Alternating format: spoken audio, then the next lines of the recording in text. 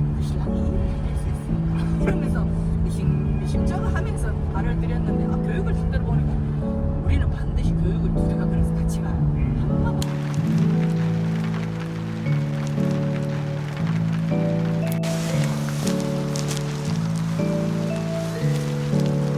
그래도 씨알이 저번 주에 얼마 냈어요? 요만해. 안 했어요. 진짜 일주일 만에 이렇게 큰 거예요? 적과하고 나니까 쑥쑥쑥쑥 커지는 거예요. 이게 숫자를 줄여주니까 1차 적과하고 2차 적과하고 3차 적과하고 손이 자꾸 가야 되는 거예요. 한 번에 훅 해가 이루어질 수 있는 일은 없어요. 바닥에 풀도 마찬가지예요. 지금 보니까 군데군데 남겨놨죠. 네. 그러니까 한 번에 이거를 훅 치면 이 풀에 사는 천적들이 갈 데가 없잖아요. 다 죽어버려요. 숨 쉬고 살 곳을 만들어주면서 부분적으로 베는 거예요, 풀을. 여기 비고 얘가 조금 더 크면 요거 비고 그런 식으로 번갈아 가면서 한 번에 비면 보기는 좋아요. 그림 같지 뭐 깔끔하게. 그림 같은데 이게 보기 좋은 거하고 생명이 사는 거하고는 다른 문제예요. 이 중에서는 뱀도 살 거고 또 뭐 개구리, 무당벌레, 천지로 살아요. 거미도 물론이고. 안 잘라준 풀이 이 사람 키만 해요. 진짜 농부님보다 큰 것 같은데요? 어디가. 쟤는 청개구리 아니에요. 그 무슨 개구리예요? 저기 군대 갔다 온 개구리지 싶은데. 그래서 사실 저희는 이거 뭐 몸은 고되고 돈은 안 되지만 그런 거 보는 게 너무 좋은 거예요. 네. 이게 다른 개구리들, 이게 색다른 개구리들 보고 네. 하는 그런 것들이. 유난히 이 토끼풀을 우리가 이제 그 밑에도 보려고 여기도 하는 이렇게 권장하는 이거 얘들이 콩과 식물이거든요. 콩과 식물이라는 이야기는 자체적으로 질소를 가지고 있는 식물이에요. 질소라는 건 나무를 키우는 거죠. 식물을 키우는 그 단백질 역할을 한단 말이에요. 그래서 키도 작고 다른 나무들 못 살게 하지도 안 하고 그래서 과수원에는 이 토끼풀을 좀 키우는 편입니다.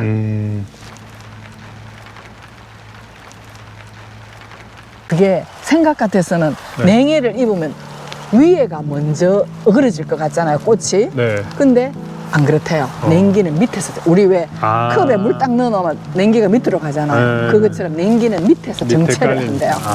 불어오다 밑에서 정체를 하기 때문에 밑에서부터 없고 위에는 그래도 해를 받으니까 해가 보일러 역할을 해서 위에가 많은 거예요. 그러니까 위에까지 없다 이러면 그날 끝나는 그 해는 끝나는 거고 위에까지 없다 이러면 밑에가 없는 거는 그게 냉해인 거예요, 이제.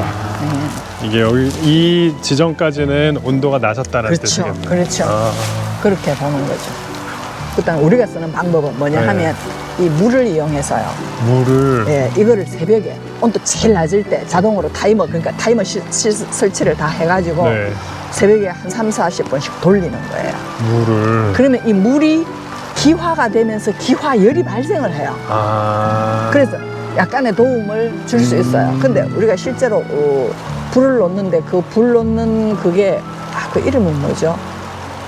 우리나라도 그게 있거든요. 근데 그게 결국은 탄소라든지 저탄소 측면에서는 좋은 게 아니라서 우리가 지금 그걸 쓰고 있질 않아요. 그러니까 우리가 쓰는 거는 물을 이용해서 기화열을 이용한 냉해 방지 그 방법을 쓰고 있어요. 그래, 최대한 자연스럽게. 그렇죠. 어떻게 해도 날씨가 전체적으로 추워버리니까 하우스 안도 소용이 없어요. 지금 저기도 냉해 받았어요. 하우스 안에도요? 네, 왜냐면 우리가 강원 나라 문 다 열어놨거든요. 우리 겨울 되면 문 다 열어놓잖아요. 비만 오면 내려가지만 비 이외에는 우리 다 올려놓거든요. 사실상 비가림 역할만 하는 거죠. 그러니까 온도 가온하는 시설을 하느냐 안 하느냐 그것도 농부적인데 유기농에서 가온하는 경우는 거의 없어요. 그렇죠. 안 돼요. 안 돼요. 그러니까 의미가 나무가 약해지니까 병충으로부터 야들이 지켜내지를 못하니까 맨날 약 칠 수 없잖아요. 맨날 약도 안 듣지만 온도를 높이면 어쨌든 병충해가 더 많아지는 그렇죠. 거니까. 병이나 충은 거기서부터 오는 거기 때문에 나무들이 이렇게 자연에 있을 때처럼 안 튼튼한 거예요. 그래서 지금 이 튼튼한 과일이 나올 때 드실 수 있는 거 드시는 거는 정말 복이에요. 나중에는 정말 기후가 이상해지면 이 수확 못 할 수도 있어요. 이 노지에서는. 그렇다고 전부 하우스 안에 못 들어가거든요. 맞아. 그래서 지금 드실 수 있을 때 드시고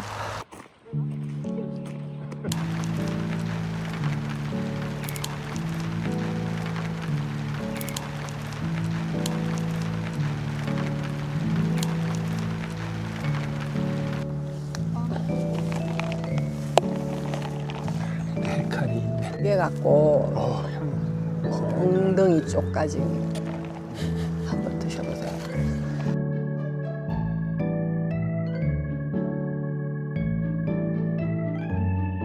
아니 얼마 전에 마트에 신비가 나와 있어. 그거는 뭐 관행인데 그거보다 훨씬 맛있어. 네.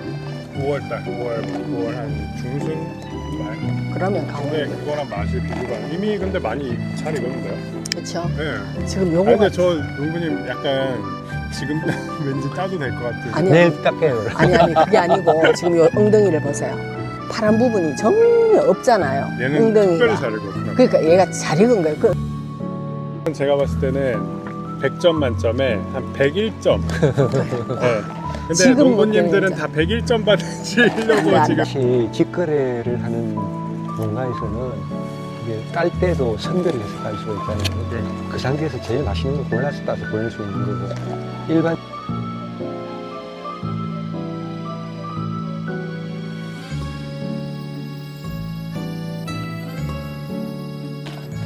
이 보면 매출 하나 다 가지를 내갖고 이렇게 눕혀놨잖아요. 네. 그럼 이거는 여러 가지 뜻이 있는데 첫 번째는 이게 그 나무가 수직으로 세우면 세울수록 찌면 눕히면은 그 영양 생장은 줄어들고 과일로 영양. 과일을 하면 생식 생장. 그걸 생식 생장. 생식 생장은 이 과일을 키우는 거잖아요. 네네네. 그리고 세우면 세울수록 이 받는 단위 면적당 받는 해의 양이 일조량이 적잖아요.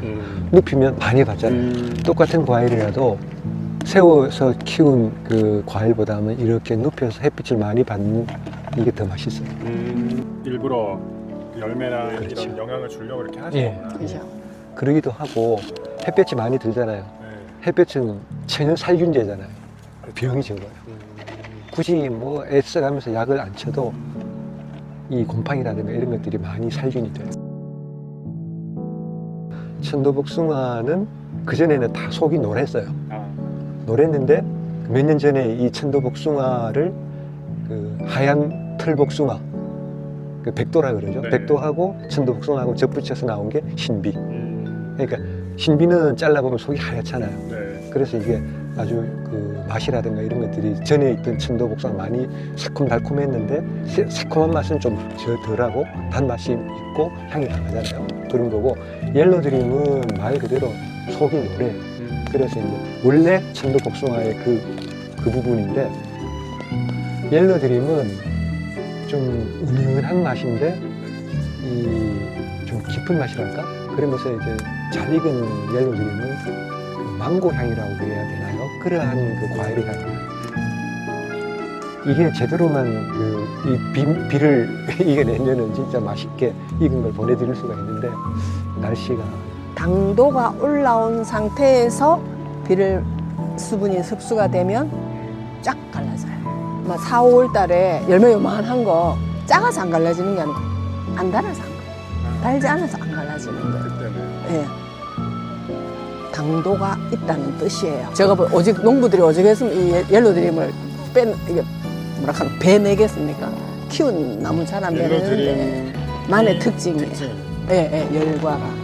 그러니까 이게 어떻게 보면 그만큼 맛있다는 거예요. 수확할 때까지 열과 안 나고 노지에서는. 그래서 지금 사실 이 나무, 여기 있는 옐로드림 과일들도 수확을 해야 하는 거예요.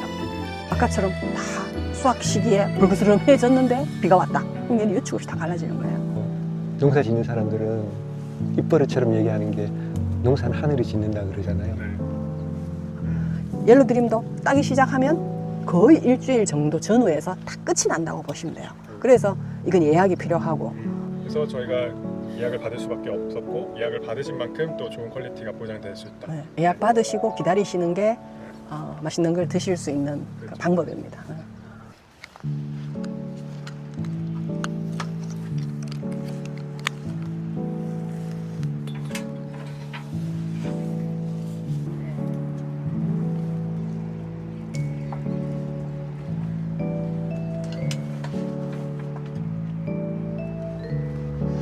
근데 이거 진짜 수확하는 게 보통 일이 아니겠어요, 진짜.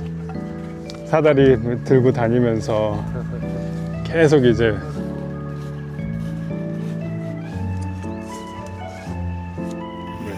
그런데 농장 이름을 지으라고 그러는데 제가 가만 생각하니까 그때 처음으로 이제 저희가 초생재배를 선택해서 풀을 키우고 아까도 말씀드렸듯이 풀은 모든 생명이 그 안에서 살고 뿌리뿐만 아니고 작은 벌레나 이런 애들도 다 살면서 이 공간을 이루는 거기 때문에 그래서 풀이 제일 먼저라는 뜻에서 남들은 잡초라고 이야기하지만 풀을 키운다는 의미에서 지심이었고요. 경상도에서는 지심 매러 간다 이러고 풀 매러 간다는 뜻이.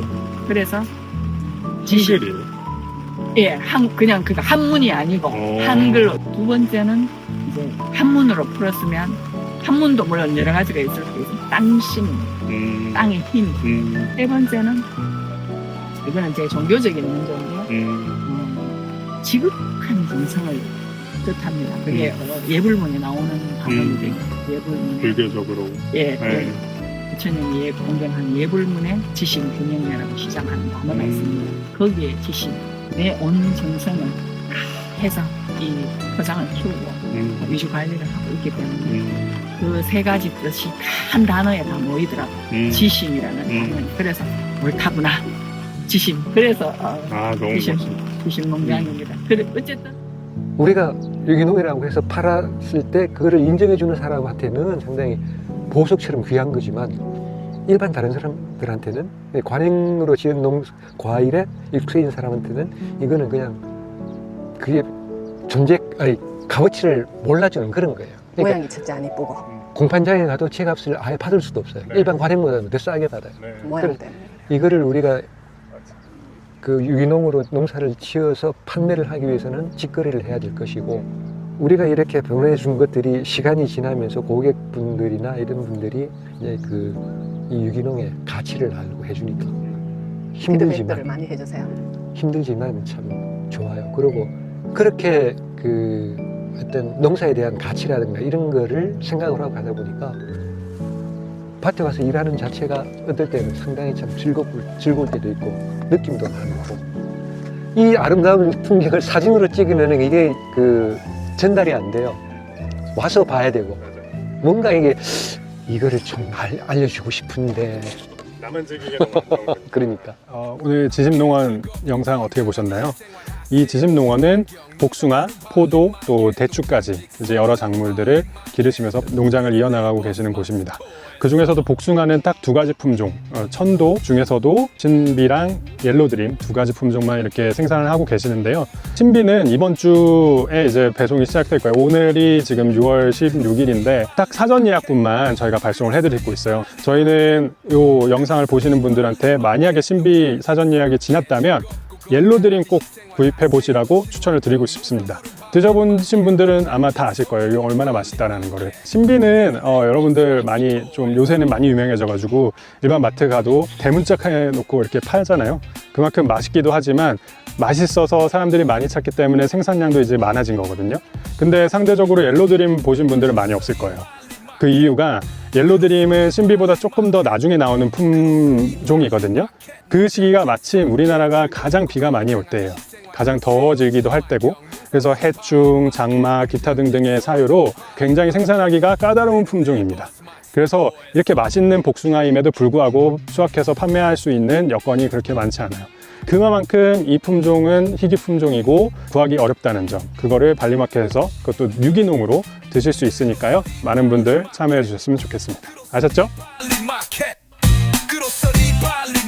농장 직소 함께 즐겁고 건강한 미식생활 하세요. 친환경 농산물은 발리마켓, 농장 직송도 발리마켓, 구매는 네이버 스마트 스토어에서.